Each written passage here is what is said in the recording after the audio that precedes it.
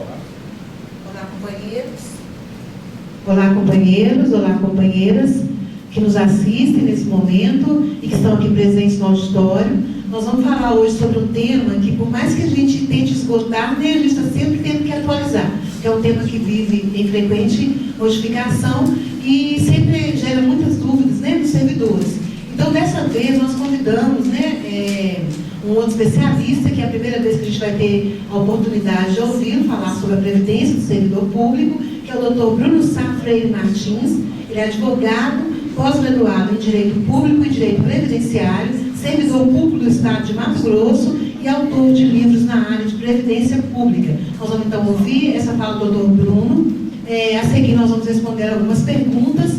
E também, o Dr. Bruno já se prontificou em recebendo, né, alguns e-mails, dúvidas que não forem sanadas com esta filmagem, em a gente poder encaminhar os e-mails e então ele responderá. Então, com vocês, né, para falar sobre a Previdência do Servidor Público, o Dr. Bruno Sá Freire Martins.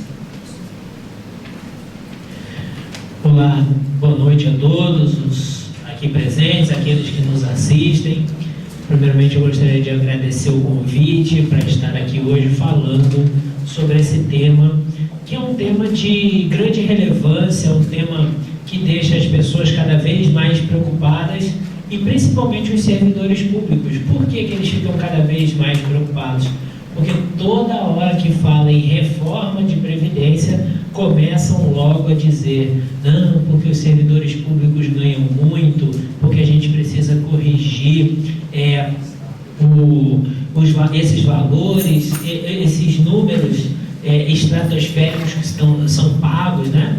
Só para você ter ideia, o gasto de pessoal da União, tá? O gasto de pessoal da União, ele não chega a 5% do orçamento federal. Tá? Então, qualquer modificação previdenciária em termos federais dificilmente produzirá um relatório ou um resultado, melhor dizendo, satisfatório, né, dentro dessa ínfima percentagem que se ganha. E isso não é diferente em vários dos estados. Hoje nós vemos aí os estados reclamando muito que as despesas com o pessoal extrapolaram os seus limites, né? E a Previdência seria uma dessas causas. É natural que assim seja. A gente vai ver daqui a pouquinho ali que isso não é culpa do servidor, isso não é culpa da regra, isso é culpa de uma conjuntura de momento. Tá? Naquele momento se tinha uma realidade e não se entendia que a Previdência ela tinha efeitos que não são imediatos. Ela tinha efeito ou ela tem efeitos que, na verdade, eles se alongam no tempo. Não dá para falar de Previdência ou pensar em Previdência achando que a realidade de hoje é a realidade de daqui a 30 anos. Porque se a gente for pensar dessa forma, significa que nada mudou. E todos nós queremos que mude, queremos evoluir. Essas coisas, por mais que não entrem na sua cabeça, elas são fáceis de demonstrar. Uma pergunta simples aqui, para quem está aqui no auditório, e para você responder aí. Vamos resolver o problema da Previdência? Vamos. Contando com a colaboração dos colegas. Quem se candidata a morrer hoje? Quem quer morrer agora? Ajudaria muito no problema da Previdência. Se você perguntar quem quer morrer amanhã, também não vamos ter resposta. Para você que ficou na dúvida aí, aqui é zero, ninguém quer. Tá? Se você perguntar quem quer morrer daqui a 10 anos, você também não acha ninguém. Os primeiros você vai começar a achar querendo morrer daqui a 50, daqui a 60 anos, e se tiverem uma ajudinha lá do cara lá de cima, um pouquinho mais longe. Tá? Legal. Agora, se eu fizer outra pergunta, quem quer se aposentar agora ganhando o que ganha? A resposta é unânime. Todo mundo quer, você aí quer, eles aqui querem. Aí vamos fazer a seguinte equação: você quer se aposentar agora ganhando o que ganha e viver mais 50 anos ganhando esse valor? Não, ganhando esse valor corrigido. Ok? Legal. Quando você completar 50 anos, sabe o que você vai fazer? Vai casar com uma pessoa mais jovem. que vai receber o benefício mais 20, 30, 40, 50, 60 anos. Então nós estamos falando de mais de 100 anos de benefício, né, que você quer custear com 35 de contribuição, com 30. A culpa é sua, a culpa é minha, a culpa é do servidor, a culpa é do sistema, a culpa é do conjunto de fatores. O sistema precisa diariamente se adequar à realidade. Uma vez me perguntaram, eu fui numa reunião de líderes sindicais e comecei a falar um monte de coisa e um líder falou assim: você tem certeza de que quando você for se aposentar, você vai conseguir se aposentar quando chegar a sua hora? Aí eu falei assim: eu não tenho dúvidas de que eu vou me aposentar quando chegar a minha hora. Ele falou assim: você é muito seguro do que fala, é só que você não deixou eu terminar. Eu não tenho dúvidas de que na minha hora eu me aposento. Eu tenho dúvidas de se a hora de me aposentar vai ser a mesma que seria hoje, porque ainda faltam mais de 20 anos para me aposentar. Então, nesses 20 anos a regra pode mudar? É óbvio que pode mudar, porque significa, dentro desse contexto que a gente falou aqui, que a sociedade mudou. Que quem só queria morrer depois de 50, agora só quer morrer depois de 100. Então é nesse contexto que a gente tem que avaliar a previdência. E por que eu digo tudo isso? Porque falar hoje de aposentadoria exige esse exercício dos senhores. Nosso tema aqui: a aposentadoria dos novos servidores e a previdência complementar. O Estado de Minas hoje ele tem uma realidade muito peculiar, que é o fato de ele ter um sistema de previdência complementar para os servidores. Nós vamos falar disso. O Estado de Minas tem a outra situação peculiar que todos nós estamos atravessando, que é o fato de possuirmos numa mesma sala, trabalhando, pessoas que têm regras de aposentadorias diferenciadas.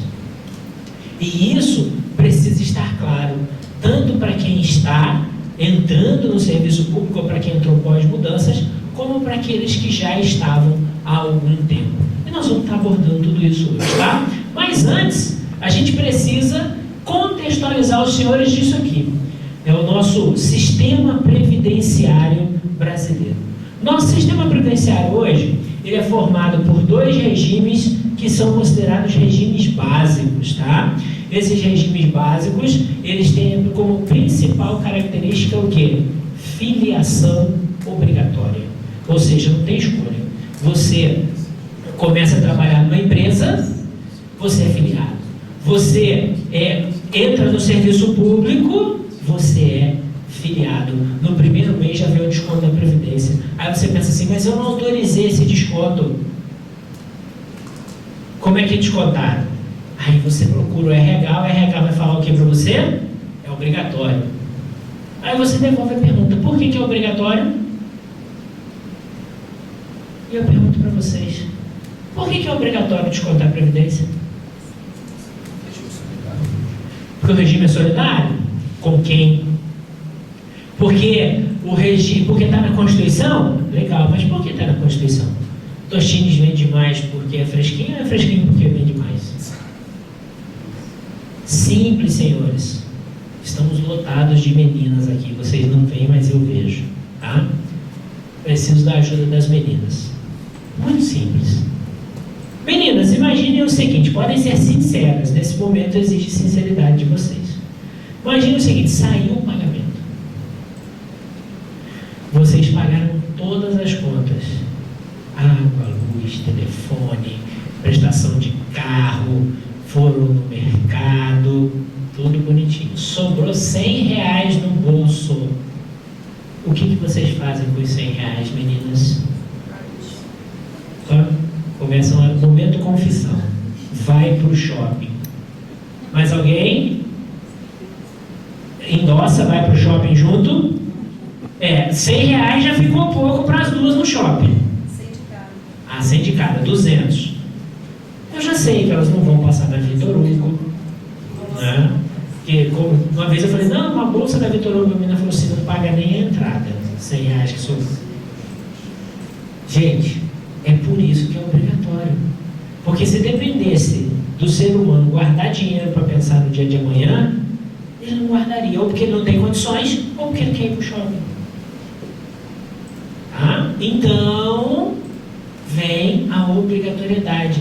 Por quê? Porque se não houver essa, vamos dizer assim, essa guarda desse dinheiro nesse momento, lá na frente não vai ter recurso para custear o que vai ser preciso para todo mundo. Então não tem escolha obrigatória. Ok? Quais são os dois regimes básicos que nós temos?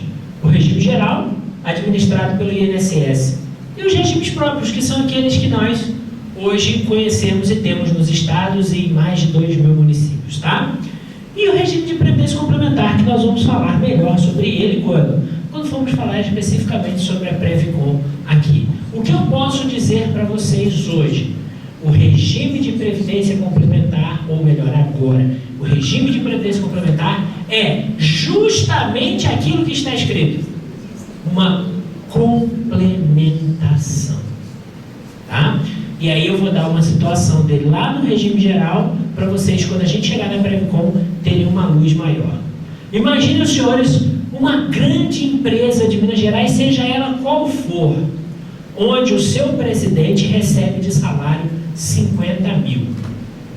É um dinheiro razoável? Razoável, né? Por mês, 50 mil. Ele resolve se aposentar. A aposentadoria dele é no INSS, já que ele está na iniciativa privada, certo? Legal. Quanto seria a aposentadoria dele hoje? 589,82. Seria fácil para esse presidente da grande empresa que ganhava 50 mil sair do emprego hoje e amanhã passar a viver de 5.189,82. Seria possível? Claro que não, não é? Então, se ele quiser realmente deixar de trabalhar, ele vai ter que o quê? Buscar aqueles R$44.800 mais ou menos, né, que faltam em um outro local. E onde ele busca? Na Previdência Complementar. Por isso que o nome dela é complementar. Ela quer dar aquele a mais. A mais do que? A mais do que o sistema previdenciário considera como o mínimo necessário para a sobrevivência de quem nele está afiliado. Ok? Vamos à frente. Bom, mas vamos falar primeiro das aposentadorias aqui no serviço público. O que é uma aposentadoria? Primeiro de tudo, é um benefício de prestação continuada. Por quê? Porque todo mês você recebe. Você não vai lá e saca tudo de uma vez. Não. Você vai lá e recebe por mês.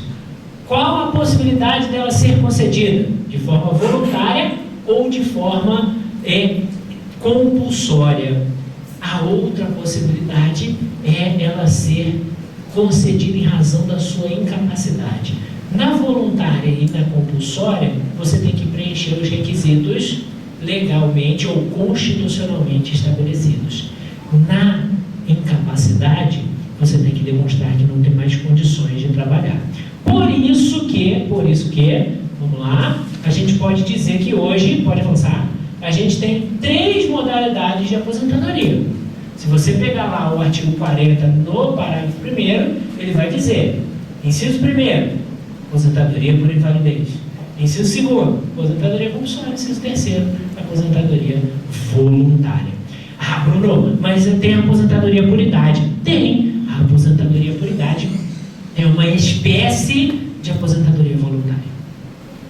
Tá? Essas são as 3 modalidades de aposentadoria que nós temos e que nós vamos estar falando aqui, tá bom?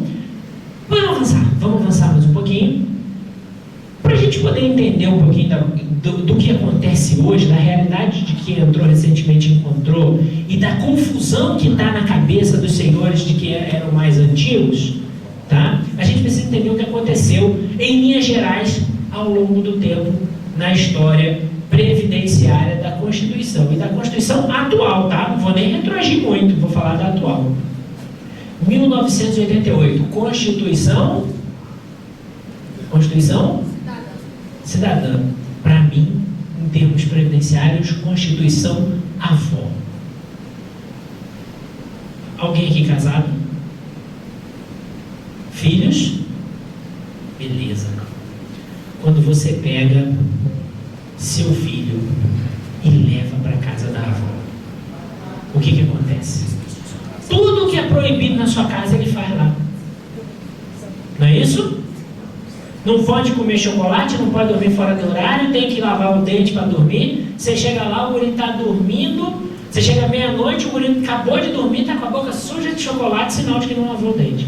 Aí você vira para a sogra e fala assim, mas não pode fazer isso, ele tem regra. Aí a sogra vira para você e fala assim, regra ele tem na sua casa, porque na casa da vovó ele pode tudo.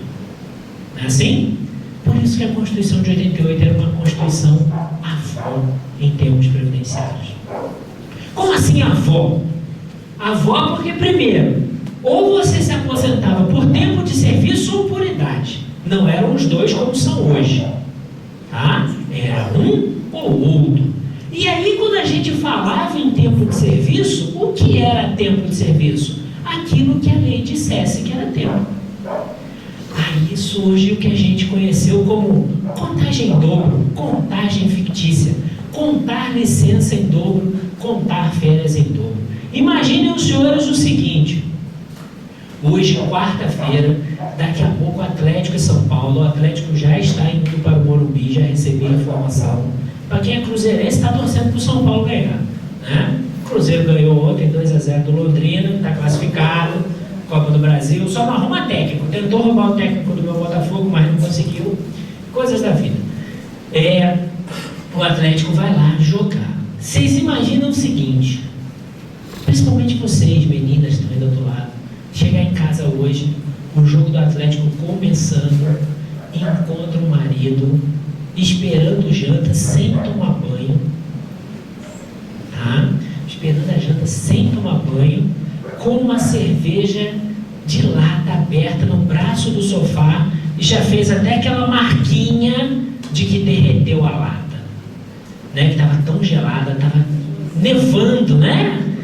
Aí você olha aquilo e fala, meu Deus. Aí ele fala assim, eu tenho duas coisas para te falar. Duas coisas para te falar. A primeira, não deu tempo de fazer a janta. Mentira, ele não quis fazer, né? A segunda, ele vai falar assim, cansei, vou tirar 3 meses de licença-prêmio e vou ficar em casa 3 meses, sem fazer nada. Aí você pensa no sem fazer nada, ele daquele jeito. Tem uns mais exagerados que com certeza só vão tomar banho um dia antes de voltar depois dos 3 meses, porque ele vai falar, não precisa. Como diz meu filho de 8 anos, eu nem joguei bola, nem corri, então para que eu vou tomar banho? Não é assim? Aquele famoso que chega na sexta-feira, põe o pijama e só tira o pijama na segunda de manhã. Do jeito que ele entrou na sexta, ele chega na segunda de manhã. Tem gente que é assim, tem situações que são assim. Você aí do outro lado deve estar se imaginando uma situação dessa. Se o seu marido estiver vindo junto, não tem nada a ver com isso, tá? Por favor. Pois bem, quando ele fala isso, você desespera. 3 meses em casa. Em 88, isso não acontecia. O Constituinte era preocupado com a família, com o casamento, não queria o desespero.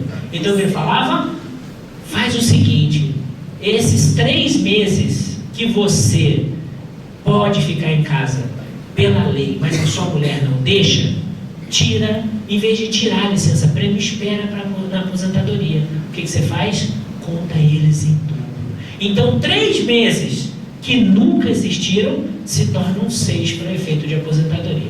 Se você tiver um colega que tem 2 licenças-prêmio que não tirou, se você converte as 2, nós estamos falando de 6 meses para serem convertidos. 6 meses convertidos dá 1 ano. Se a regra era 35 anos de serviço, ela passa a ser o quê? De fato, 34. Ele vai atingir os 35, mas de fato, ela passa a ser 34. Então tem gente que se aposentou muito cedo, por esse fator e por outros. É uma realidade de Brasil. Nós encontramos vários colegas servidores que ingressaram com 14 anos, com 16 anos. Então, se você pegar 14 com 35, dá 49. Se você conseguir tirar 2 anos de licença e férias, dá 47. Com 47 anos de idade, aquele indivíduo poderia estar aposentado. Era muito cedo. E era só isso? Não. Além disso, ainda existiam os adicionais que eram concedidos só na aposentadoria. Era o adicional, vamos chamar de um nome genérico, herói da resistência. Em vários lugares é adicional de final de carreira e assim vai. Por que herói da resistência? Porque a lei diz o seguinte: você que ficou 35 anos no serviço público e vai se aposentar aqui, tem direito a um adicional por ter chegado ao final da sua carreira. Só que esse adicional nunca existiu, nunca houve incidência de contribuição, nada disso. Na verdade, nunca existiu incidência aqui para efeitos de aposentadoria. Porque de 88 a 98, nos estados, as contribuições eram para pagar pensões e serviços de saúde prestados pelos institutos. Tanto é que o PSENG era assim, hoje que ele continua um só, mas ele se fracionou em 2 diretorias com CNPJs em separado. Mas o plano de saúde é um e a previdência é outra. E antigamente você pagava uma contribuição só para os 2, hoje você paga 2 ou paga uma para cada um, melhor assim. Então você ganhava 1.000, se aposentava com 1.200. Nessa época a gente já falava em paridade entre ativos e inativos. Vamos lá. Em 93 a União viu que esse trem não ia dar certo. Então o que ela fez? Caráter contributivo. Quer aposentar? Só se pagar. Tem que contribuir. Só que ela fez só para ela, tá? Em 93 a regra vale só para a União. Isso começa a valer para os servidores quando? Em 98. Então agora é tempo de contribuição. Se é tempo de contribuição, 3 meses de licença não gozadas não podem mais se tornar 6 meses. Não pode mais dobrar. Férias é a mesma coisa. É óbvio, né, que existem os casos de direito adquirido. Hoje já é sacramentado pela jurisprudência que todo mundo que preencheu ou que completou o seu período aquisitivo até 16/12/98 tem direito a essa contagem em dobro. Tá? O período aquisitivo. Mas eu só tenho direito a aposentar hoje. Não tem problema. Se você tiver 2 períodos aquisitivos anteriores a 98 que não tenham sido usufruídos, você pode contá-los em dobro. Ok? Dali para frente, contagem fictícia, esquece. Então, quem entrou pós-98 já não tem mais essa facilidade. Aí é o seguinte, amiga, é você chegar em casa e falar para a mulher: eu vou tirar minha licença. E acabou. Porque é o seguinte: se eu não tirar, eu vou aposentar.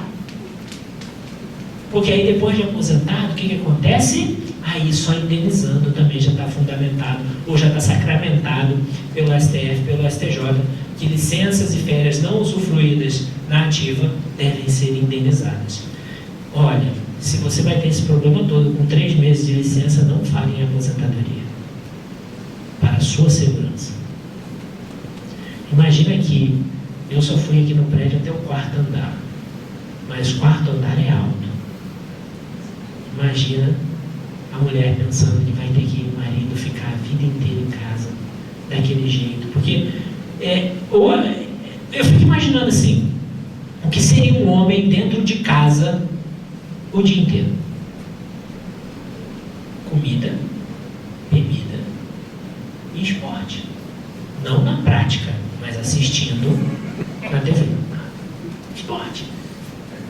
Ele ia assistir, por exemplo, hoje reprisou umas 3 vezes Londrina e Cruzeiro. Ele ia assistir as 3.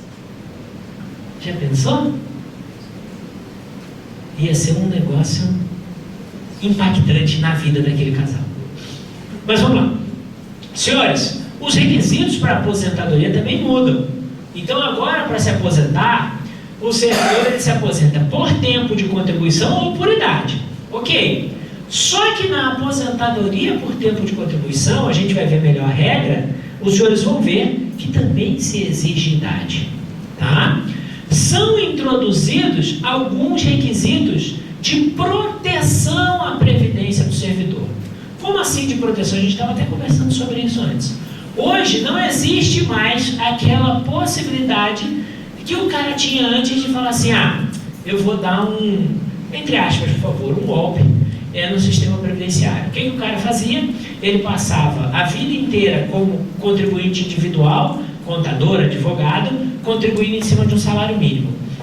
Quando faltavam aí 3 anos para ele se aposentar, ele vinha, tirava 1 ano para estudar, continuava pagando mais 1 ano estudando, passava no concurso, 2 anos depois completou o estágio probatório, ele ia e se aposentava com uma aposentadoria muito maior do que aquela em que ele receberia no INSS. Isso acabou. Por quê? Porque agora, os senhores vão ver mais à frente, que tem que ter tempo mínimo de serviço público e tempo mínimo no cargo, tá? E depois surge ainda a exigência de tempo mínimo na carreira. É óbvio que isso faz o quê? Faz com que surjam regras de transição, que não duraram muito. A gente vai falar melhor sobre isso mais à frente, tá? Podemos avançar? Aqui, lembra que eu falei lá que você podia ganhar até mais do que ganhava na ativa, porque não tinha limitação? Em 98 isso acaba. Em 98 a Constituição veio e fala, olha, agora a aposentadoria é igualzinha, ou o valor da aposentadoria é igualzinho ao valor que o cidadão recebia na ativa, tá? E acontece uma modificação ampliando a paridade. Por quê? Porque no texto original da Constituição fala assim, todo aumento que for dado para ativa tem que estender para os inativos. Aí surgiu um monte de interpretações. Aumento de tal coisa não vai, aumenta a coisa não vai. Aí o que fizeram? Em 98 foram e falaram assim, ó, todo aumento, mudou a carreira, transformou a carreira, fez fusão, extinção, criou cargo, extinguiu cargo, incorpora-se, ou esse aumento deve ser estendido aos inativos. Isso aconteceu em 98, ok? Vamos avançar aqui mais um pouquinho. Em 2003 a coisa muda de figura. Por que a coisa muda de figura? Porque não se mexe muito em regras, mas se mexe na possibilidade de quê? Na possibilidade ou na forma pela qual se calcula o benefício, tá? Então, a partir de 93 surge o cálculo pela média. E aqui eu vou pedir uma licença para parar aqui e explicar já o que é média, para os senhores poderem entender. Os senhores estão vendo aqui? O pessoal consegue ver aqui, né? A mesa, né? Então, nós temos uma mesa aqui, tá? Deixa eu ver se ela é firme. Não vai ser firme o suficiente para subir nela. Pode ficar tranquilo. Se tivesse um voluntário, até ia, né? Imagine os senhores o seguinte. Como é que funciona o cálculo da média? O conceito de média é média aritmética simples dos 80% maiores ou das 80% maiores remunerações de contribuição. Tomando como base o quê? Julho de 94 ou a data do seu ingresso, se ela for posterior a julho de 94.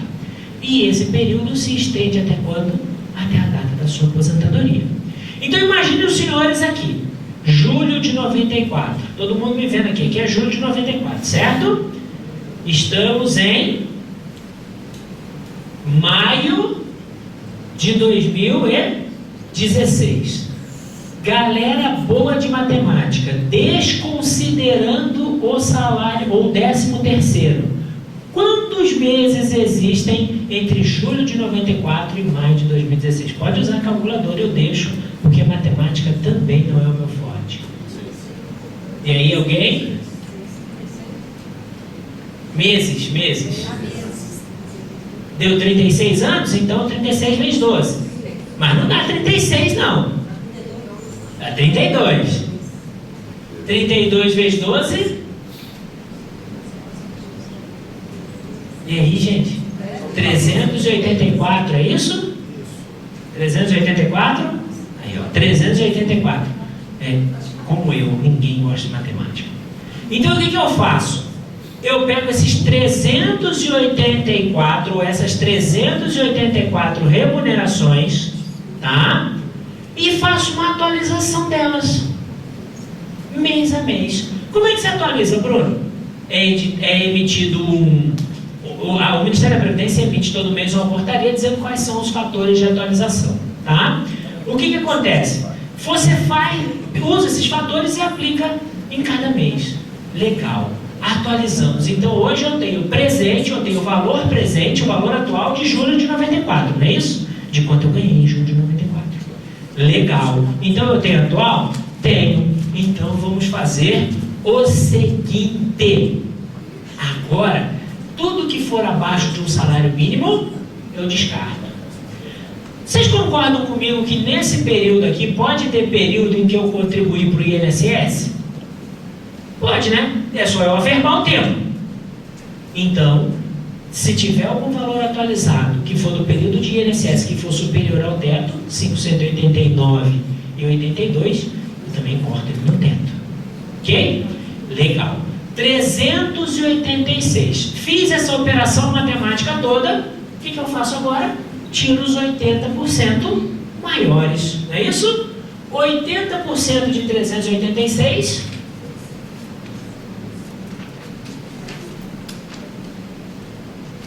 Vamos lá, o cara é bom de matemática aqui olhando para mim. 10%. 310? 310? 310. Tá. Se as contas estiverem erradas, perdoa o erro da conta, tá? 310. Então o que eu faço? Eu pego os 310 maiores salários e somo eles um a um. Vou somar todos eles, um a um. Depois que eu somei todos eles, o resultado, o que eu faço? Divido por 310. É média aritmética simples. E aí, o que acontece?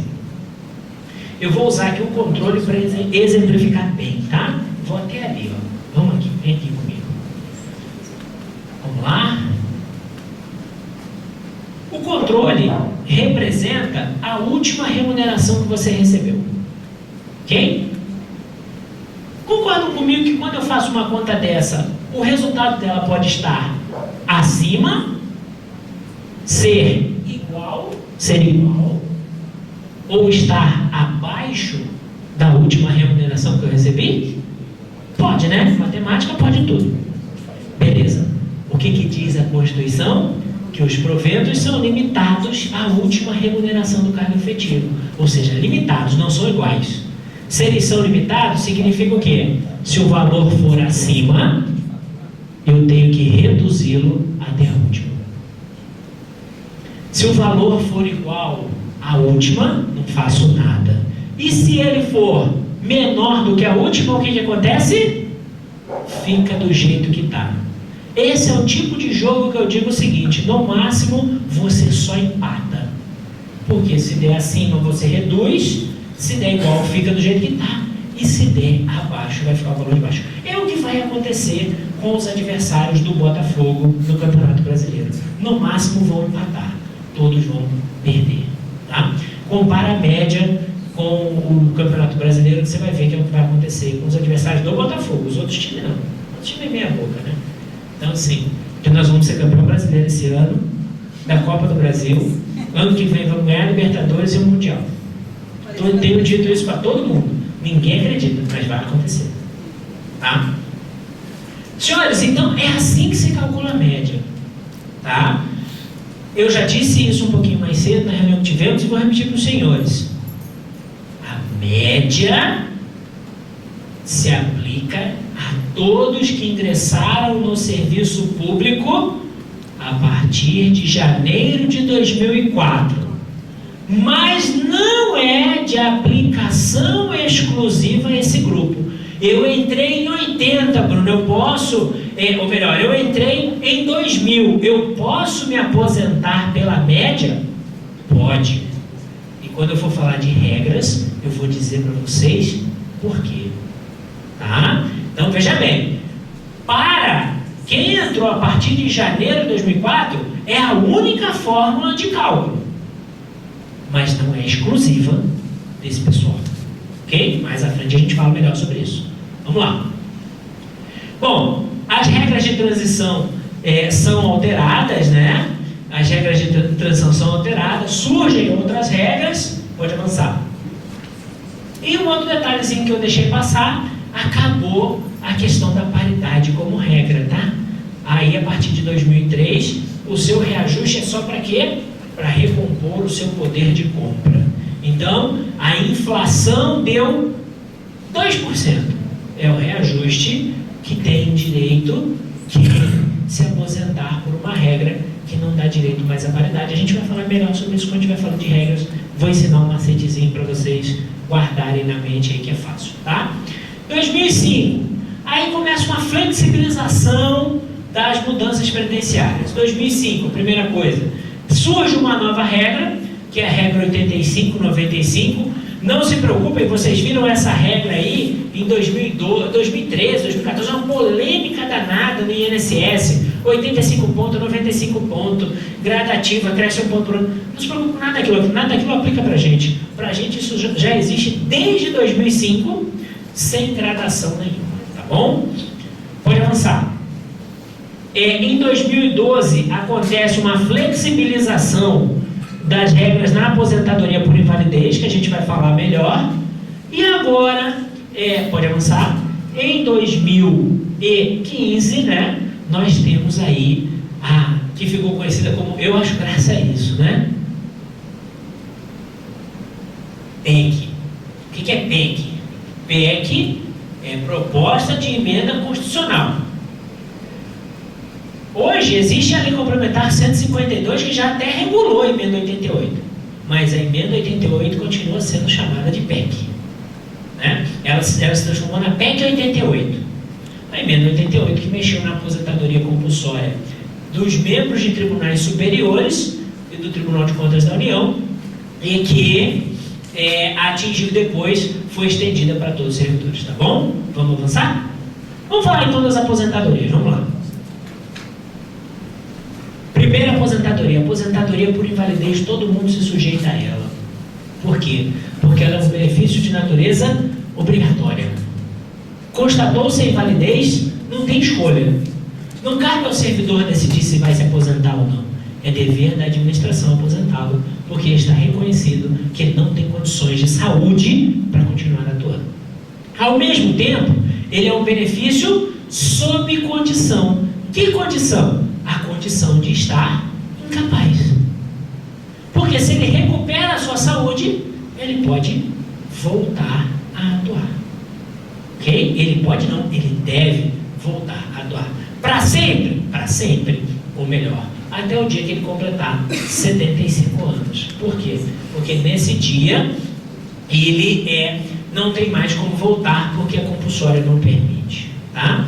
Tem uma regra na União, se eu não me engano, que diz o seguinte: se o servidor aposentado por invalidez completar os requisitos da voluntária, a voluntária for melhor ou igual à invalidez, ele também não precisa voltar mais. Na verdade, ele volta, mas já concede automaticamente uma voluntária. Tá? Senhores, invalidez. Quando que acontece a invalidez? Quando há a chamada incapacidade laboral permanente. E é importante frisar a necessidade de ser incapacidade laboral permanente, porque daqui a pouco a gente vai falar de rol de doenças, e é muito comum o servidor fazer uma confusão. O servidor vai ao médico, foi ao cardiologista hoje, preocupado com o jogo, né? Foi ao cardiologista, vou fazer um check-up. Chega lá, por que os atleticanos estão preocupados com o jogo? Todo mundo diz que o Atlético é melhor que o São Paulo. Existe risco do Atlético perder hoje? O cruzeirense falou: risco não, é certeza. Né? Senhores, vai lá no cardiologista, o servidor, o médico fala para ele assim: eu tenho uma notícia para você, não é boa. Pode falar, doutor, eu aguento. Aí ele fala assim: você tem cardiopatia grave. Qual a reação do servidor quando escuta isso do médico? Qual a reação? Qual seria a reação? Sabe qual é a reação? Yes, beleza!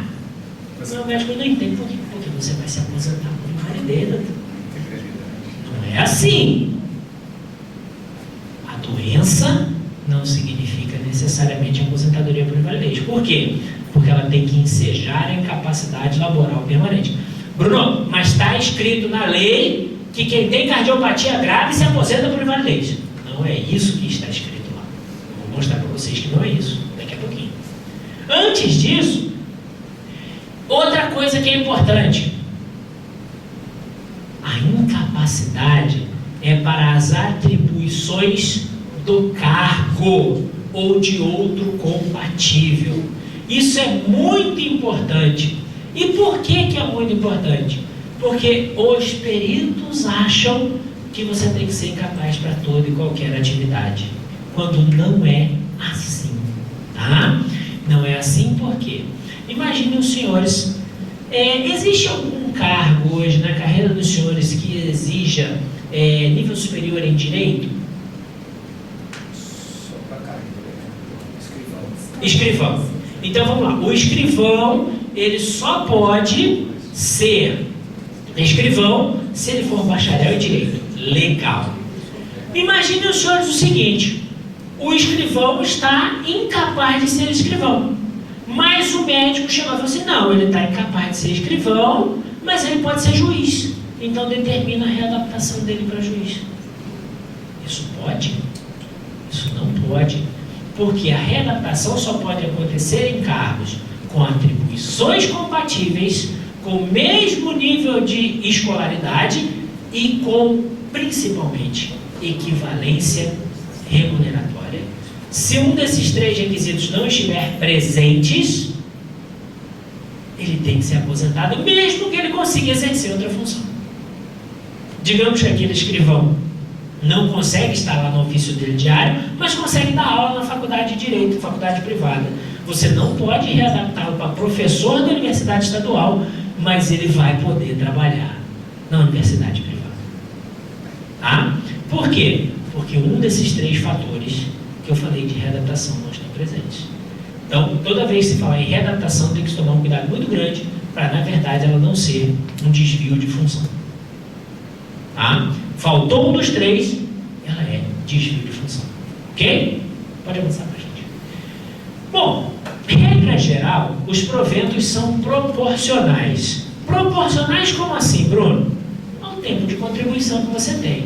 A regra geral fala que o homem precisa de no mínimo 35 anos para se aposentar e a mulher 30, ok? Se eles não tiverem esse tempo, ou o tempo que eles tiverem, se a aposentadoria for por invalidez, você vai fazer a proporcionalidade. Imagina uma mulher que se torna incapaz aos 15 anos de serviço, aos 15 anos de contribuição. Como serão os proventos dela? 15, 30 avos. Bruno, mas esses 15, 30 avos do quê? Calma, já chego lá. Tá? Porque a gente vai falar de emenda 70. Aí vem o rol de doenças. Vem o rol de doenças para quê? Para afastar a proporcionalidade. Por quê? Porque a Constituição diz o quê? Ela diz que toda vez que for uma moléstia profissional, um acidente de trabalho, uma doença grave, contagiosa ou incurável prevista em lei, a proporcionalidade está afastada. Tá? Então vai ser, o cálculo vai ser feito da forma que a gente vai ver daqui a pouquinho. Ok? Então, o rol, a cardiopatia grave está lá na lei para afastar a proporcionalidade. Então, primeira coisa, ele é cardiopata grave. Primeira pergunta, ele é incapaz de exercer as atribuições do cargo? É. De outro compatível? É. Então, ele pode se aposentar por invalidez. Os proventos dele não serão proporcionais porque ele é cardiopata grave. Ok? Beleza, vamos avançar mais um pouquinho. E aí a gente chega na base de cálculo dessa proporcionalidade. Vou pegar uma cadeira aqui emprestada, porque eu não estou sentindo firmeza naquela mesa ali para me subir nela. Então, assim, não posso arriscar, né? Senhores, cadeira, senhores. Imaginem que essa cadeira representa 31/12/2003. Mentalizem, façam um esforço, tá? Você que está aí me assistindo, na verdade está só me ouvindo porque está no computador, né? Aí no computador o que você faz? Você vai lá e abre 2 janelas na internet, uma você fica ouvindo o que sou eu falando e a outra você está na rede social, né? Vendo foto, vendo o que os seus amigos estão comentando, ainda está xingando e achando errado o que ele está falando, né? Você que está na sala, de repente até com o computador só com uma aba aberta, mas também está vendo a novela, né? Faça um esforço aí, mentaliza aí, tá? 31/12/2003, beleza? Entrei antes de 31/12/2003. Estou ou fiquei incapaz depois desta data. A base de cálculo da minha aposentadoria por invalidez é a última remuneração que eu recebi. Ok? Entrei antes, me incapacitei, depois, base de cálculo, última remuneração. Regra geral, proporcional. Então, naquele exemplo que a gente deu de 15 e 30, a mulher receberá metade do que ganhava. Nos casos que afasta a proporcionalidade, moléstia profissional, acidente de trabalho ou doença prevista na lei, ela vai receber integralmente aquilo que ela ganhava no mês anterior. Ok? Agora, eu entrei depois de 31/12/2003 e me aposentei. Eu não posso usar essa expressão que eu ouvi aqui, por mais que eu queira, né? Falaram se deu mal aqui para você fora, tá? Não foi bem assim, mas foi se deu mal, tá? Eu sei que a galera aí fica logo curiosa, né? O que falaram lá, né? Se deu mal, foi o que falaram. Espero que não tenha ido no áudio, né? Não se deu mal. Entrei depois e me aposentei hoje, ou vou me aposentar hoje por invalidez. A base de cálculo da minha aposentadoria é a média. Então você calcula a média, depois aplica a proporcionalidade. Se não for proporcional, se for um dos casos que afasta, estará afastado da proporcionalidade. Ok? Beleza? Pode avançar. Aí, como é que funciona o reajuste? Para quem está beneficiado pela emenda 70, ou seja, entrou antes de 31/12/2003, paridade, isonomia, né? Todo aumento da ativa se estende para o inativo. Para quem entrou depois, só reposição das perdas inflacionárias. E aí eu já vou matar uma situação logo.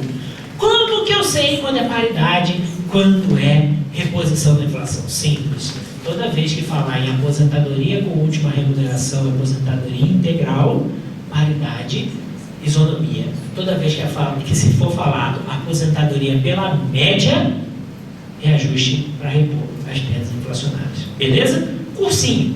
Hoje eu estava vendo aqui uma reportagem, né? Na hora do almoço, que a onda dos cursinhos aqui preparatórios voltou firme, né? Porque com a crise, a pessoa quer fazer concurso público para se garantir no serviço público, né? Todo mundo acha que o serviço público só tem merece, né? Mas não, o serviço público é o melhor lugar, né? É muito bom, não posso negar. Mas também tem suas mazelas que lá fora não aparecem.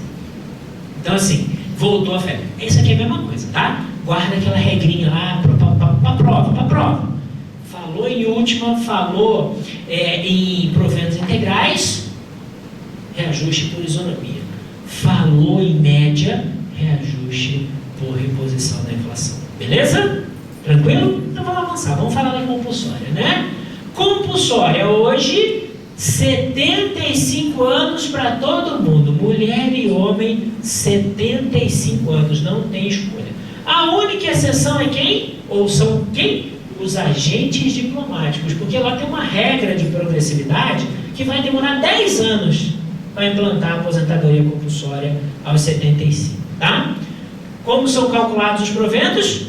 Média contributiva e proporcionais ao tempo de contribuição, tá? Falei em média, então falei em reajuste pela inflação, não é isso? Proporcionalidade já discutimos também, né? Qual é o problema, senhores? Não sei se vocês já passaram por essa situação aqui, mas eu já passei quando a compulsória era de 70 anos. Aquele concurseiro que começou a estudar aos 18 e passou no concurso aos 69. Agora passa aos 74. O cidadão chega, né? E o que vai acontecer com ele na hora da proporcionalidade? 1,35 avos, 1,30 avos. Não tem jeito. Mas tem gente que passa nessa idade avançada e tem tempo no INSS. regime próprio. Então, de repente, para esse cidadão vale a pena fazer a averbação. Tá? Bom, vamos andar para frente então. Situação importante aqui, ó. Por quê? No estado é mais difícil de acontecer, mas se você tem um amigo no município, com certeza isso aqui já aconteceu. O cidadão, vou usar 75, mas aconteceu com ele aos 70, porque 75 é muito novo. O cidadão completou 75 anos. A aposentadoria compulsória é obrigação da administração pública, ela tem que chegar e aposentar. Ela não faz. Esse cidadão continua na ativa. Na ativa ele continua recebendo promoção, continua recebendo aumento e assim vai. Lá na frente alguém descobre que ele não podia estar mais, e ele já está com 79 anos, com 4 anos a mais. Sabe o que acontece? Na hora de conceder o benefício, os efeitos do benefício retroagem ao dia que ele completou 75. Todos os aumentos e progressões e promoções que ele teve nesse período são desconsiderados para calcular. E aqueles 4 anos também não entram na proporcionalidade. Então, senhores, é muito importante ficar atento a isso, porque isso pode trazer um prejuízo para o servidor inimaginável. Tá? Vamos para frente. Chegamos nas aposentadorias voluntárias. Vamos falar primeiro da aposentadoria por idade, né? Que ela é mais tranquilinha, né? A gente pode usar essa expressão de tranquilinha, tá? Aposentadoria por idade. Quais são os requisitos para aposentadoria por idade? 65 anos o homem e 60 a mulher. 10 anos de serviço público, 5 anos no cargo efetivo. Bruno, o que é serviço público para essa regra? Vou usar o conceito que é utilizado pelos institutos, porque é um conceito que é trazido pelo Ministério da Previdência. Para esta regra, ou melhor, para essa exigência de 10 anos de serviço público, considera-se serviço público o prestado na administração direta, nas autarquias, nas fundações, na administração indireta. Na minha leitura está se fazendo referência a empresas públicas e sociedades de economia mista, porque já falou de autarquia e fundação, não tinha por que repetir, né? De qualquer dos entes e de qualquer dos poderes, mesmo que de forma descontínua. O que significa isso? Trabalhei no município, em qualquer cargo, em qualquer função. Então fui comissionado do município 5 anos. Fiquei 3 anos fora, fiz um concurso público, passei. Esses meus 5 anos de comissionado do município serão considerados serviço público para efeitos de contagem dos 10 anos no momento da minha aposentadoria. Ok? Cargo efetivo. 5 anos no cargo efetivo em que se dará a aposentadoria. Cargo efetivo é aquele que a gente já conhece, né? Aquela estrutura que a gente tem, que tem as responsabilidades, atribuições e a remuneração definida em lei. Muito cuidado, porque existem algumas confusões que são feitas. Como assim confusões?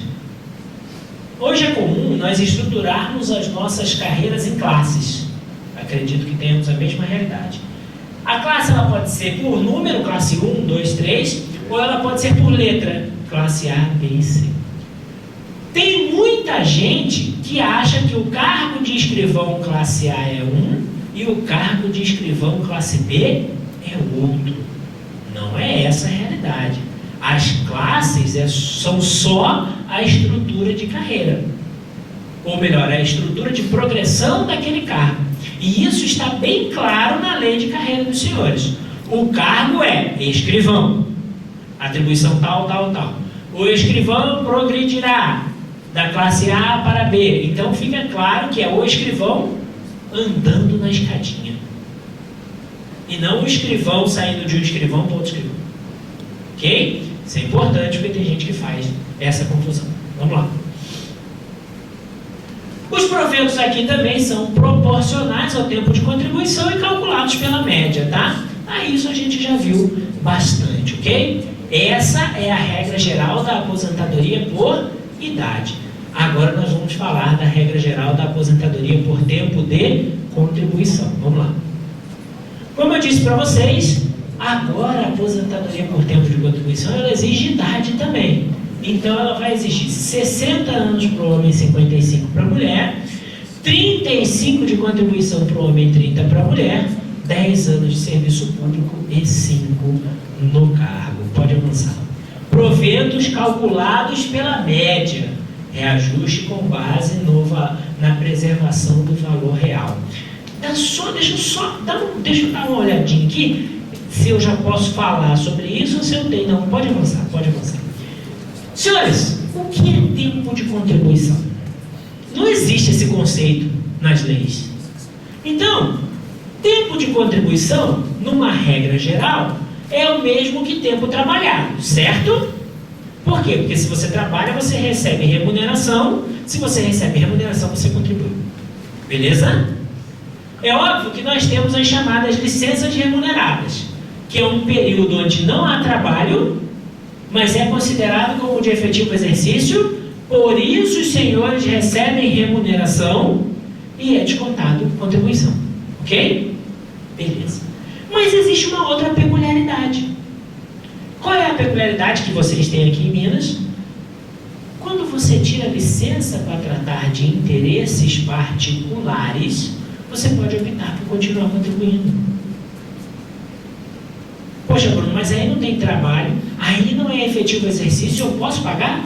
Pode. Existe uma legislação mineira que autoriza que você continue pagando as suas contribuições mensalmente. E aí esse período de licença para interesse particular, ele vai ser considerado como tempo de contribuição. Aí eu já vou falar uma coisa, que eu não sei se eu devo, mas devo e não devo, e vou falar.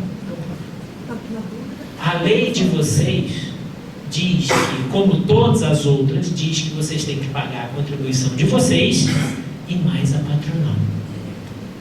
Senão não dá. Vou falar.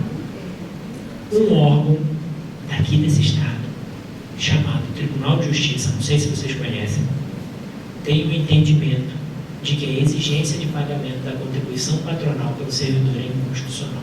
Pronto, falei, não posso repetir mais. Então, beleza? Vocês já entenderam, né? Então, se alguém sai de licença, quando você exigir o pagamento das duas, tem que buscar junto ao judiciário a aplicação dessa jurisprudência que diz que não tem que pagar patronal. Também é tempo de contribuição que vocês trouxerem. Como assim o que eu trouxer? INSS, Estado, Município, União. Cuidado com o INSS. Por que cuidado? Existe uma série de situações que geram muita dúvida e muita controvérsia. Como assim, Bruno, dúvida e controvérsia? Simples. Eu fui rural. Quero averbar esse tempo. Posso? Pode. Fui aluno aprendiz. Quero averbar esse tempo. Posso? Pode. Senhores, onde é a filiação previdenciária do rural? No INSS, porque não existe rural filiado ao regime próprio. Não é isso? Legal. Se é no INSS, então, você só vai averbar tempo de rural se trouxer a CTC do INSS. Ah, mas eu tenho declaração, tenho documento tal, X, Y. Esquece. Esses documentos você vai usar para brigar com o INSS. Aqui você tem que trazer a CTC do INSS. Trouxe, beleza, bonitinho, está resolvido. Bruno, posso trazer meu tempo de INSS? Eu tenho 15 anos de INSS, vou averbar. O que você me diz? Eu digo, muita hora nessa calma. Por que muita hora nessa calma? Lembra quando eu falei de média? Que eu disse para vocês que no período da média pode ser contado o tempo do INSS? Pode ser contado o salário de contribuição do INSS? Pois é. Então, eu digo para vocês assim, toda vez que vocês tiverem a possibilidade de se aposentar por uma regra de proventos integrais, averbe seu tempo, sem dúvida. Toda vez que a sua aposentadoria só puder acontecer pela média, cuidado. Por quê? Porque eu disse para vocês que 80% do seu período contributivo entra na conta. Se 80% entra, e desse período,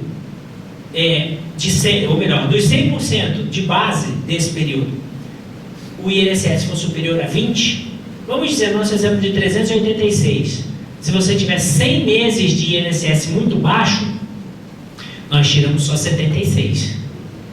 Lembra na conta que nós fizemos? Então isso significa que dos 310 que sobraram, 24 meses serão de INSS.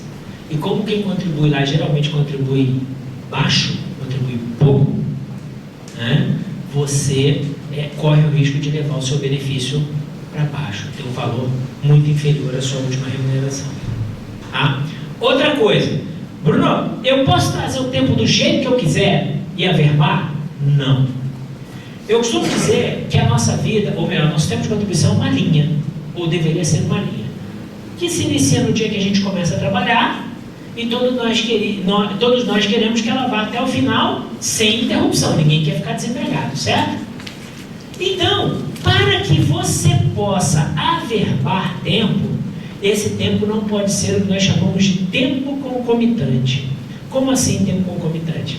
Ele corresponder ao mesmo período onde você já tenha tido contribuição aqui no Estado.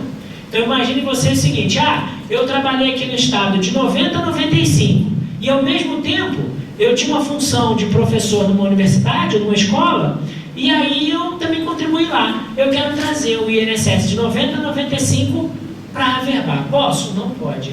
Por quê? Porque ele não encaixa na linha, dá choque, tá? Porque não tem espaço. Então, toda vez que você quiser averbar tempo, o que você faz? Vai na ideia da linha, vai desenhando sua linha e vai vendo se dá o encaixe. Se houver espaços vazios de tempo, onde se encaixem períodos do INSS ou do município ou de outro estado da União, dá para averbar. Se você, quando puxar, houver sobreposição, não vai ser averbado. Ok? Isso é tempo concomitante. Senhores, vamos começar a falar das regras de transição. Essa aqui é a regra de transição, que, desculpem a expressão que eu vou usar, mas eu tenho que usar, que eu apelidei carinhosamente de regra engana trouxa. Vou mostrar para vocês por que engana trouxa. Primeiro, ela só se aplica a quem ingressou em cargo efetivo até 16 de 12 de 98. Isso é importante, guardem isso, que a gente vai usar essa discussão para outro momento. Pode avançar. O que ela exige? 53 anos de idade para o homem, 48 para a mulher, 35 de contribuição para o homem, 30 para a mulher, um pedágio de 20%, já falo de pedágio, e 5 anos no cargo efetivo. Vamos para frente para falar de pedágio. Aqui, ó, o que é o pedágio? É um acréscimo de tempo que você tem que ter, tá? Como é que se calcula esse acréscimo? Ou como se apura esse acréscimo? Esse acréscimo corresponde a 20% do que faltava para você se aposentar em 16 de 12 de 98. Está aqui um exemplo claro. Uma mulher em 16 de 12 de 98 tinha 20 anos. Se ela tinha 20, faltavam 10, certo? Que é 30. 20% de 10 são 2. Então volta lá. Essa mulher vai se aposentar, ela vai ter que ter 48, 30 de contribuição, mais 2 de pedágio, então ela vai ter que ter 32 de contribuição e 5 no cargo. Mulherada já fez igual quando compra sapato, bolsa, meu número, me achei nessa regra, tô indo embora para casa. Não é assim? Já fez desse jeito. Larga a mão, mulherada, não vale a pena. Por que não vale a pena? Vamos avançar. Porque esta regra, pode avançar. Primeiro, ela é calculada pela média. Se é média, o reajuste é reposição da inflação. Além disso, hoje a redução é de 5% por ano de idade que for antecipado da regra geral. Ou seja, a mulher tinha 48, né? Qual a idade da regra geral? 55. 55 menos 48? 7. 7 vezes 5? 35. Então, vai apurar a sua média. Vamos dizer que você ganhava 2.000, a sua média deu 1.900. E depois que você achou os 1.900, você ainda vai abater deles 35%. Ah? Engana trouxa, né? Você olhou lá e falou, meu número é aquela bolsa que você vai comprar da Vitor Hugo, mas você vai no comércio alternativo. Quando você vai comprar a bolsa da Vitor Hugo, você vai lá, Victor Hugo, né? Aí você vai lá no comércio alternativo e olha a bolsa Vitor Hugo, vou levar. Quando você pega, você descobre que a bolsa é da Vi, sem o C, Tur com o, Hugo sem o H. Então é da Vitor Hugo. É a mesma coisa essa regra aqui, tá? Sai dela, não entra nela, beleza? Vamos falar de regra boa, pode avançar. Regra boa, artigo 6º da emenda 41. Ela se aplica para quem? Para quem ingressou no serviço público até 31/12/2003. Lembra o que eu pedi para vocês? Ingressou no cargo efetivo, ingressou no serviço público. Está escrito a mesma coisa? Está escrito a mesma coisa? Pois é. Para os institutos de previdência, para o Ministério da Previdência, está escrito a mesma coisa. E eu defendo a tese nos meus livros de que toda vez que estiver escrito ingresso no serviço público, pode ser qualquer modalidade de ingresso. Eu tinha um contrato temporário, saí para um cargo efetivo, eu sou considerado ingressante no serviço público a partir do dia que eu tinha um cargo efetivo. A única coisa que não pode haver é solução de continuidade. Eu não posso encerrar meu contrato temporário hoje, ficar 5 anos sem ter um vínculo com o serviço público, voltar e dizer que não houve interrupção. Ou melhor, que o ingresso anterior. Eu defendo isso nos meus livros, tá? Não é uma tese aceita pelos institutos, a grande maioria, e muito menos pelos órgãos de controle da Previdência. Eles entendem o seguinte, tem que ser cargo efetivo. Eu não consigo dizer juridicamente para mim que ingresso no serviço público e ingresso no cargo efetivo tem o mesmo significado jurídico. Tá? Bruno, e por que a relevância dessa discussão? Pode avançar. Requisitos: 60 e 55, 35 e 30, 20 de serviço público, 10 de carreira, um novo ingrediente, que é a carreira, aquele conjunto de cargos, né? Que está na estrutura do ente federado, e 5 no cargo efetivo. Tá, Bruno, só piorou, aumentou o tempo de serviço público, 10 de carreira, pode avançar. Proventos integrais e reajuste pela isonomia. Então, quem entrou antes de 31/12/2003 e preencheu os requisitos desta regra, pode se aposentar integralmente. Tá? Vamos aí falar da última regra de transição? Pode avançar.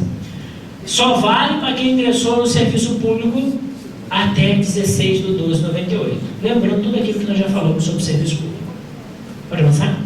Requisitos: idade 60 e 55, tempo 35 e 30, 25 de serviço público, 15 na carreira e 5 no cargo. Por que a idade está com asterisco? Porque essa é a regra 85/95. Para cada ano de contribuição que você tem a mais, reduz uma idade. Pode voltar lá para a gente. Voltar. Pode voltar. Então, se o homem tem 36 de contribuição, ele pode se aposentar aos 59 de idade. Se ele tem 37 de contribuição, ele pode se aposentar aos 58 de idade. E a recíproca, Bruno, é verdadeira? Se ele tem 61, ele pode ir com 34? Não. A ideia é quem contribuir mais pode se aposentar mais cedo. Quem ficar velho mais cedo não pode contribuir menos. Essa é a lógica. Pode avançar? Qual é a vantagem? Proventos integrais e reajuste pela isonomia. Senhores, infelizmente, para quem entrou no serviço público, e aí eu vou usar a expressão genérica dentro do que eu falei da minha tese, a partir de janeiro de 2004, a única metodologia de cálculo é a média, e a única forma de reajuste é a reposição das perdas inflacionárias. Mas para os servidores que entraram antes dessa data, ainda existe salvação. Ainda é possível ver uma luz no fim do túnel, em razão dessas regras de transição. É óbvio que regra de transição é planejamento previdenciário. É você ter a noção de que você pode ser beneficiário e não errar. Por quê? Volta um pouquinho, por favor. Pode voltar bastante. Vamos voltar lá atrás. Pode vir. Tá bom. Essa é a regra geral hoje. que dá proventos pela média. Já falei dela. E falei para vocês que é a única regra para quem? Para quem entrou a partir de janeiro de 2004. Mas falei também que pode ser aplicada para quem entrou antes. Vamos pensar no homem. 60, 35, 10 e 5, beleza? Pode pensar. Aqui, volta um pouquinho. Aqui vamos pensar no homem de novo. 60, 35, 20, 10 e 5. Você imagina um cidadão que entrou em 2000, tá? No ano 2000, e ele tem 60 de idade, 35 de contribuição. Se ele entrou em 2000 no serviço público, ele tem 16 anos de serviço público, certo? Os mesmos de carreira, o mesmo no cargo. Ele pode se aposentar por essa regra? Não. Por que ele não pode se aposentar por essa regra? Porque ainda faltam para ele 4 anos de serviço público, certo? Retrolage lá de novo, vamos voltar. Lá naquele mesmo slide que a gente estava.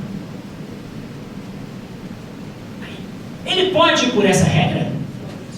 Pode. Basta querer, basta pedir. E aí aqui é média e reposição da inflação. Ele vai ficar com prejuízo. Por isso que é uma questão de planejamento, é uma questão de conhecer como funciona o sistema. Ah, Bruno, então você está dizendo para mim que eu tenho que decorar tudo isso aí. Gente, não precisa decorar. Você só tem que ter a noção de que se você entrou antes de 2003, antes de 98, existem regras que podem te dar direito à integralidade e paridade. Se a sua aposentadoria não for por uma regra dessa, corre duro. Tá bom? Corre duro. Pode avançar.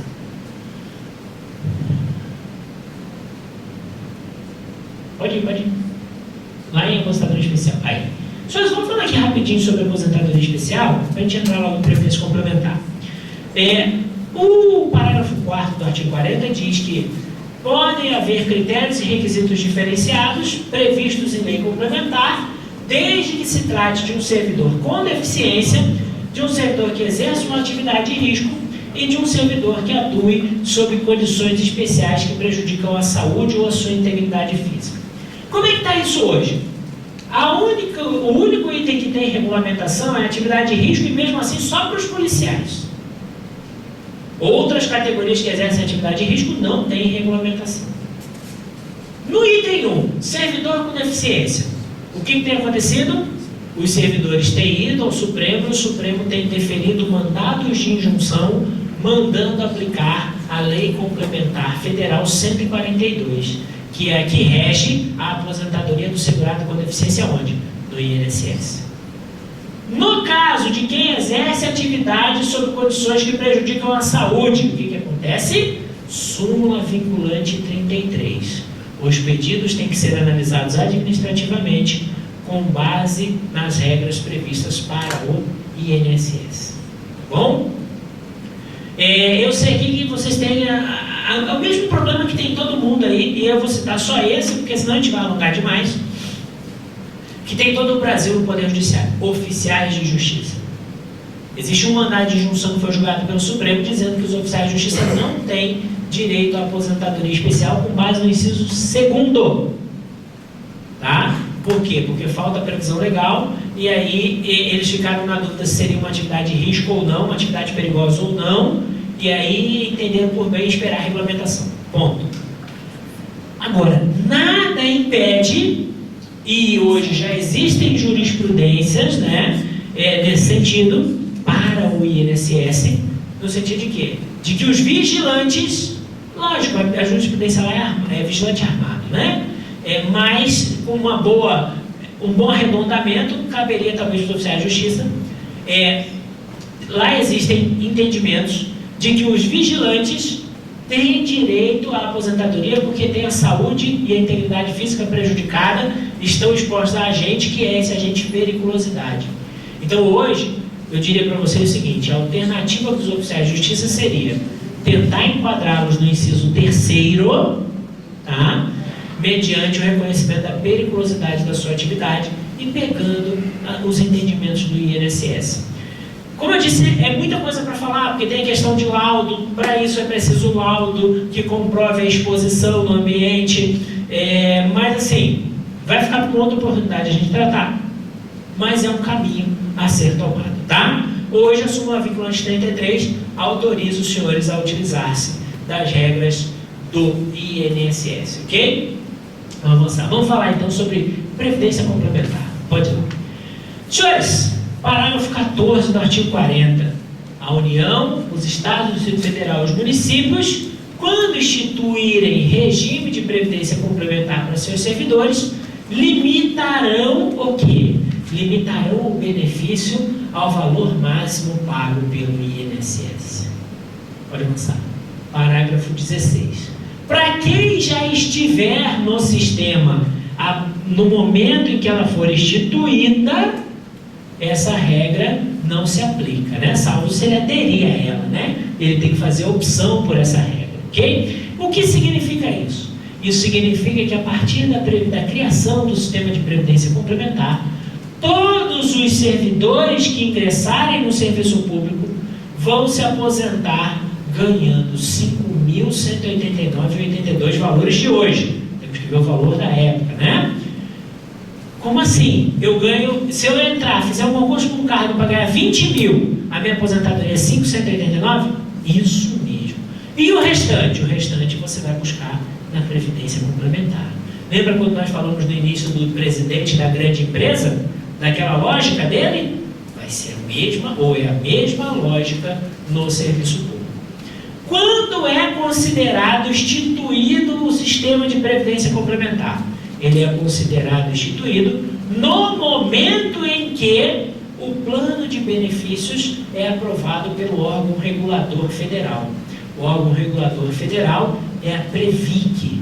Hoje, aqui já em Minas, nós tivemos a informação de que a Previcom teve o seu plano de benefícios aprovado em 12 de fevereiro de 2015. Então se o judiciário aderir, vai valer essa regra? Não, ele já aderiu. O convênio de adesão do Poder Judiciário é de 19 de setembro de 2014, se eu não me engano. Eu vi isso também na internet, consegui buscar essa informação. Tá? Então ele aderiu antes mesmo da aprovação do plano. Então, desde fevereiro de 2015, quem entrou depois de fevereiro de 2015 está sujeito a essas regras, tá? Vamos avançar que vocês vão ver melhor isso. Considerando a lei de vocês, pode ir. Quem são os filiados ou os possíveis filiados ao sistema de previdência complementar? Os efetivos, os magistrados e conselheiros do Tribunal de Contas. Está lá na lei complementar 132 de 2014. Está lá nela. Vamos lá. O que essa lei diz? Ela diz que essa regra do ingresso que eu falei não se aplica para quem? Ou quais são as hipóteses que ela exclui? Imagine você o seguinte. Vamos usar a cadeira de novo. 12 de fevereiro de 2015.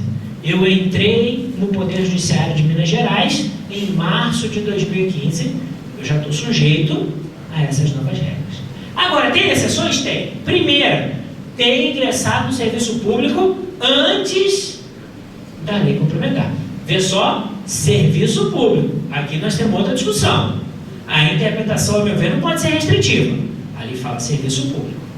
Segundo, não tenha sido alcançado pela vigência de outro regime complementar. Então isso significa o seguinte: se eu vim de outro lugar que não tinha previdência complementar, eu estou salvo aqui, né? Como assim? Imagine que eu estava em São Paulo, se eu não me engano, imagine que eu estava na União. A União foi criada em 2013, o sistema de previdência complementar. Se eu entrei lá em 2013, em 2014, e saí de lá, já tinha previdência complementar, e saí de lá em março de 15 para vir para cá, eu estou amparado, ou melhor, eu estou sujeito ao regime complementar, né? Às regras do regime complementar.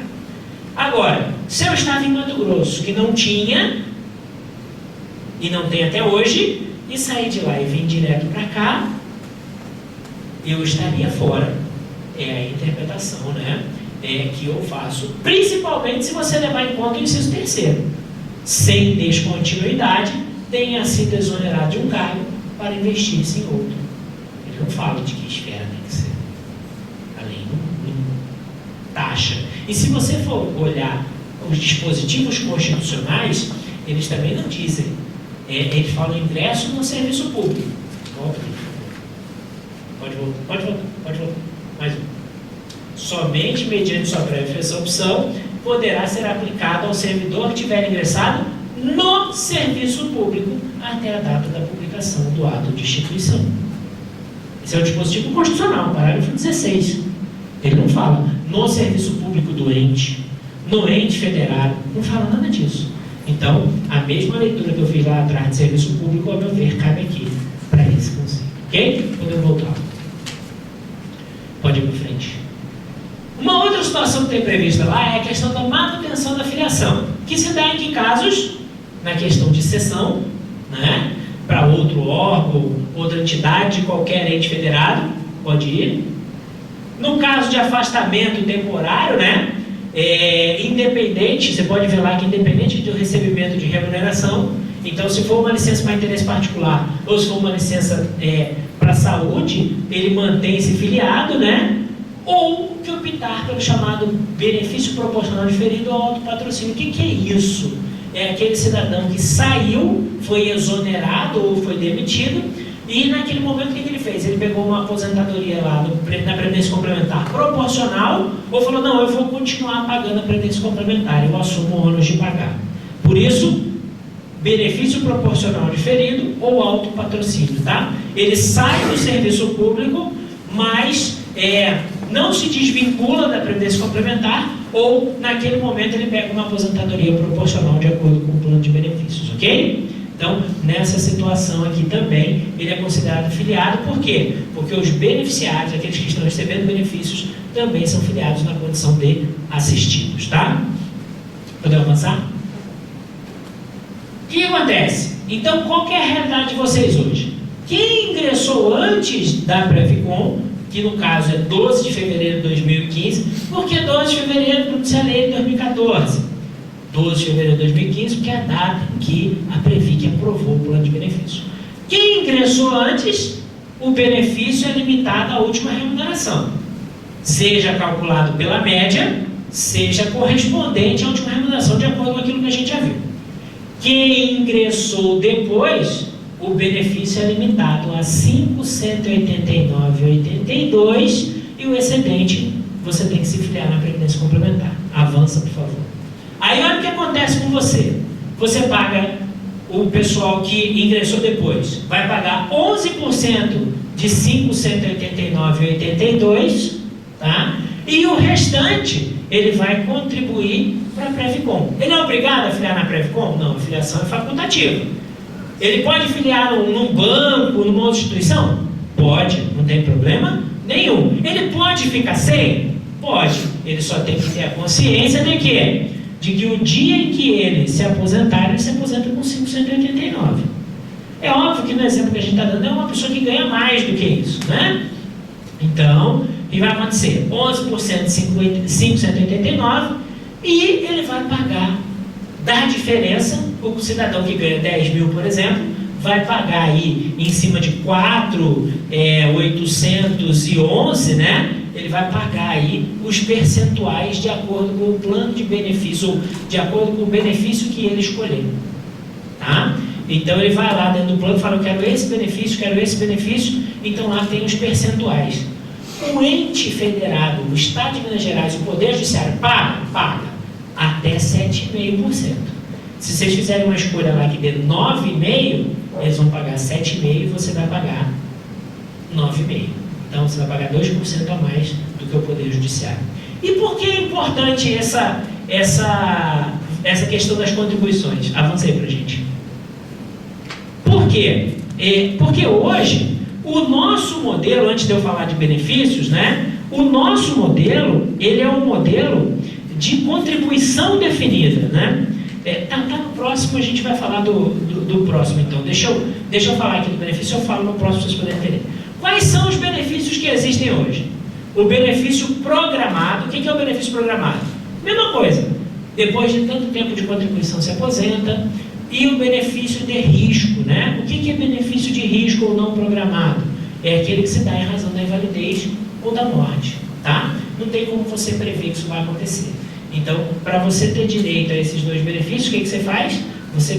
Ao segundo, você paga um valor a mais. Onde eu encontro isso, Bruno? No regulamento regulamento de benefícios. Então lá vai ter a idade mínima para aposentar, lá vai ter o tempo mínimo de contribuição para você se aposentar. Pode avançar agora sim. Senhores, como é que calcula esse benefício? Primeiro, as regras de cálculo estão contidas lá no regulamento. Agora, o que é importante os senhores saberem? O sistema de previdência complementar, ele tem um modelo de contribuição definida. O que significa isso? Quando você senta com o cidadão, ele vai te falar assim, não, se você pagar por mês R$200, você vai receber, depois de 60 anos de idade, você vai receber 2 mil por mês. Ele fala isso, o vendedor fala isso para você, né? Por que ele está falando aquilo? Porque ele está fazendo projeções. Porque aquilo não é uma certeza. Quando você adota o modelo de contribuição definida, você sabe quanto você vai pagar, mas não sabe quanto você vai receber. Por quê? Porque o que você vai receber depende do saldo do que você pagou e do que o seu patrocinador pagou. Daí a importância. Lembra que a sua alíquota foi a 9,5, do patrocinador ficou em 7,5? Então o seu saldo é menor, né? Porque o patrocinador pagou menos, menor do que poderia ser, né? Aliado ao quê? Aliado ao rendimento das aplicações que forem feitas. O seu dinheiro é colocado lá, ele não fica parado, ele é aplicado no mercado sob várias formas. Então no final você tem lá um grande bolo, você tem uma mega sena, que vai ser o quê? Que vai ser dividida mês a mês, de acordo com a expectativa, do que a gente chama de expectativa de sobrevida. O que é a expectativa de sobrevida, gente? É o tempo que você ainda vai viver depois de aposentado. Então lembra do nosso amigo que queria ficar 50 anos aposentado? Provavelmente o que ele vai ter para receber por mês vai ser R$1, R$2, porque ele não vai ter vertido contribuições suficientes para isso mesmo. Tá? Então hoje o sistema de previdência complementar, ele é contribuição definida. Depende muito da gestão das aplicações e do valor que você pagar, do modelo de benefício que você escolher. Tá? Para encerrar, eu só queria colocar aqui, eu não encontrei, pode avançar, eu não encontrei na lei de vocês esse benefício aqui. O que é o benefício especial? É um benefício que foi criado lá no FUNPRESP, lá na União tem, eu não encontrei na lei de vocês. Ele é o seguinte: imaginem os senhores o seguinte, eu ganho 20 mil, estou no regime de previdência complementar, certo? Então eu estou pagando 11% em cima de 5,189. Por algum motivo, na hora de calcular a minha média, ela deu 4,800. Ela não deu 5,189. Então na União existe um benefício chamado benefício especial, que é justamente o quê? O valor, ou melhor, é o benefício que eu pago para receber o valor correspondente a esses 389 que está faltando. Então lá tem um benefício só para você completar o limite máximo que você pode receber. Tá? Ele lá é chamado benefício especial. Então, senhores, linhas gerais é isso. A presidente no início falou das nossas obras, estão todas aí, tá? Direito Constitucional Previdenciário do Servidor, regime próprio IAMP 664, o livro de pensão por morte, o último ali, manual de aposentadoria do servidor. Pode ir. No final, nossos contatos, quem quiser seguir a gente no Facebook, tem o Facebook pessoal, tem o Facebook do site, tem o nosso site, nossos e-mails. Fiquem à vontade aí para nos acompanharem, encaminhar os e-mails para o sindicato também, para que nós possamos estar respondendo aos questionamentos dos senhores. No mais, eu queria agradecer e estou à disposição aí para as perguntas, se houverem.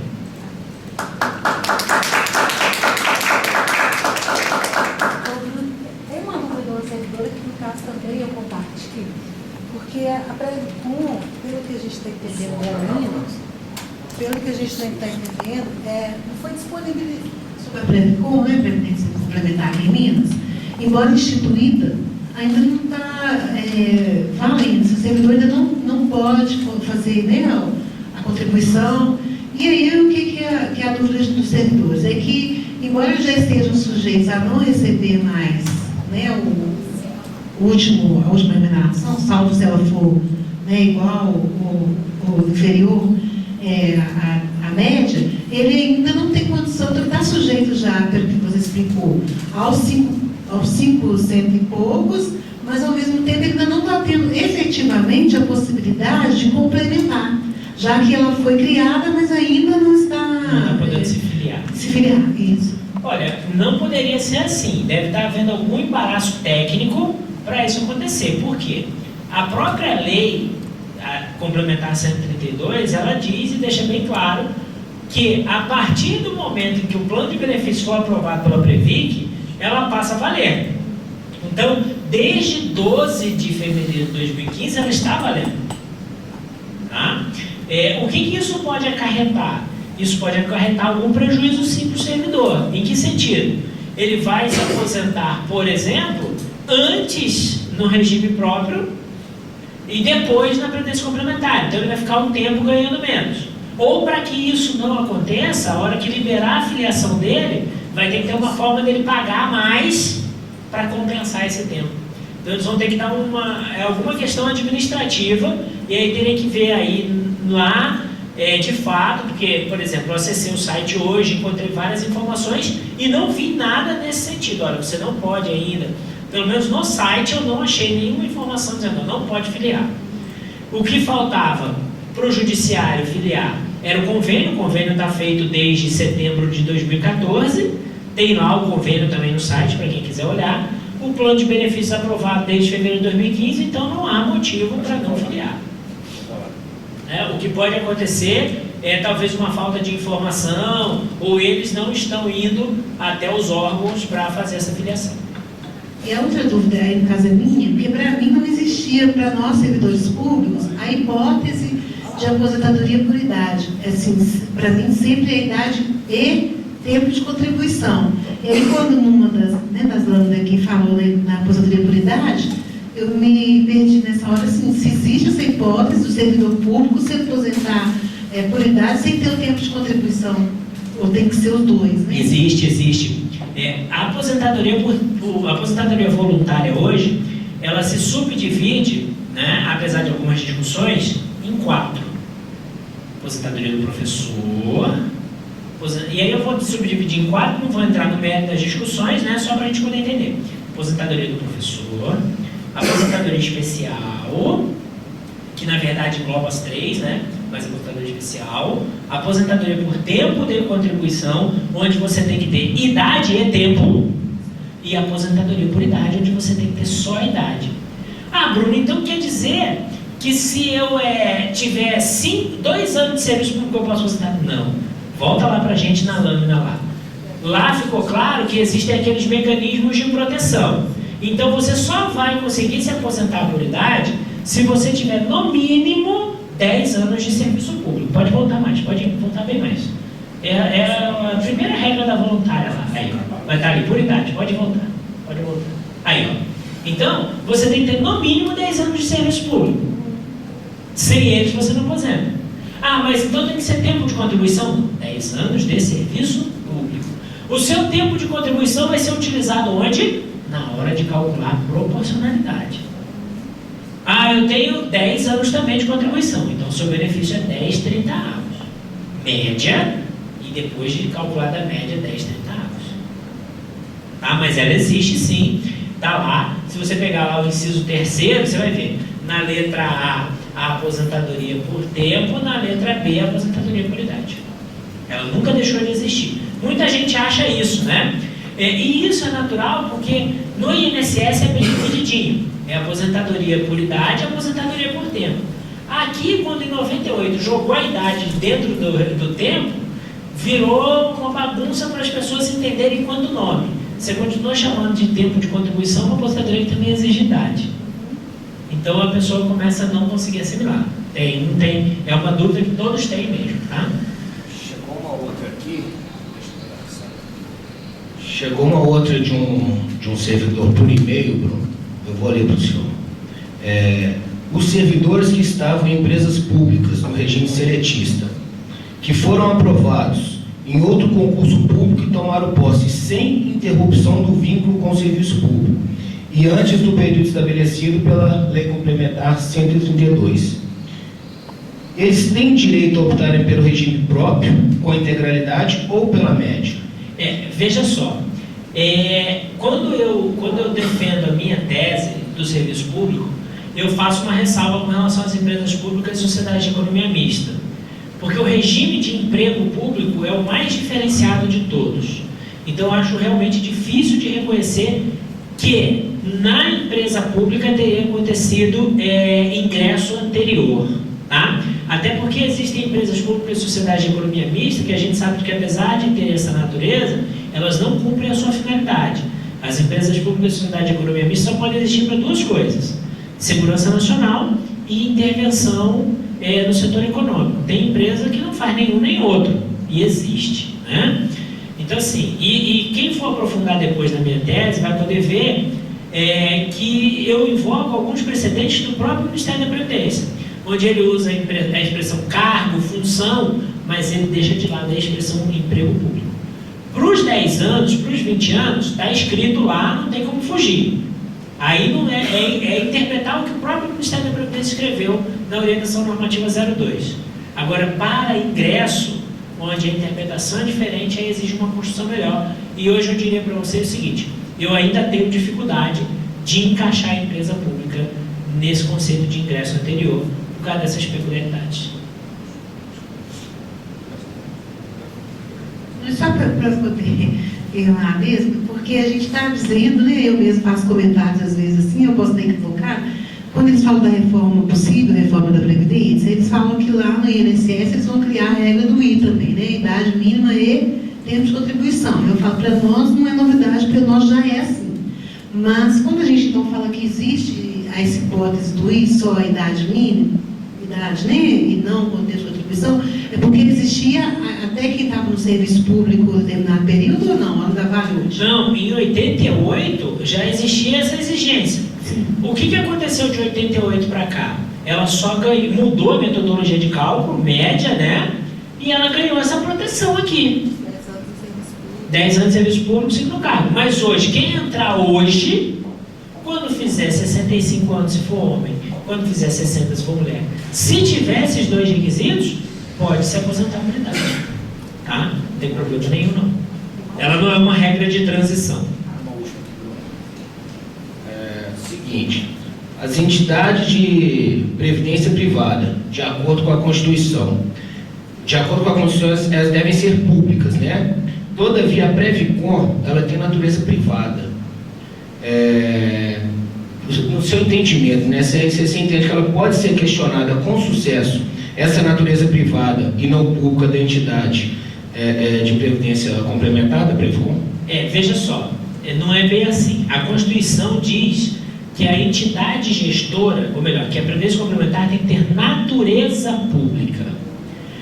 E aí, no modelo federal, que foi seguido pela maioria dos entes, inclusive é o caso de Minas, não é que é uma entidade privada, ela é uma fundação pública de direito privado. Quando se discute a organização administrativa brasileira, que você vai falar de fundações, a doutrina ela se bate, né? E a própria jurisprudência, mas já reconheceram a existência de dois tipos de fundação: as fundações públicas, que seriam uma espécie de autarquia, porque são fundações públicas de direito público, e as fundações públicas de direito privado, que apesar de ter natureza pública, teriam alguns regramentos de natureza privada. Tanto é que lá na Previcon tem um artigo que é basicamente uma cópia da lei federal, que diz que ela tem que se sujeitar a princípios da administração pública, como licitação, contrato, processo seletivo para os seus cargos permanentes e assim vai. Não teria por quê? Porque a doutrina defende a possibilidade de existir essa instituição. Não entendo isso como um serviço essencial, porque aí poderia tentar se afastar daí a Fundação Pública de Direito Privado. O problema da criação de uma fundação pública de direito privado, e é um problema que ninguém resolve, é o fato de que quando a gente fala do regime jurídico estatutário, a gente fala, e eu até tenho isso no artigo, a gente fala que o regime jurídico de direito regime jurídico único, né, dos servidores, ele se aplica a quem? A administração direta, as autarquias e as fundações. E as fundações públicas de direito privado têm regime seletista. Então, por esse aspecto, poderia haver um questionamento. Tá? Ela não poderia ser uma fundação pública de direito privado Não porque não existe essa possibilidade, mas porque as fundações públicas não poderiam ter regime seletista. Tá? Eu acho que essa seria a única possibilidade de discutir alguma constitucionalidade ou inconstitucionalidade na sua criação. Tá?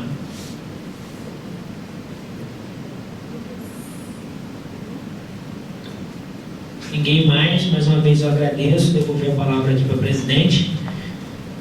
E para vocês poderem ir, quem vai assistir aí do Atlético, né? Tem gente nervosa aqui, ainda não começou. Calma, gente, calma. Agradecer ao Dr. Bruno, né, em nome dos servidores, agradecer pelo Sejusmin, e dizer que mais uma vez a gente se reúne num importante debate, né, agora contando com essa nova colaboração, e que as dúvidas é só direcionar para o nosso e-mail, pode ser no jurídico@sejusmin.org.br, que a gente então vai passar para o Dr. Bruno. Muito obrigada, Dr. Bruno. E obrigada a todos os presentes e quem nos assistiu.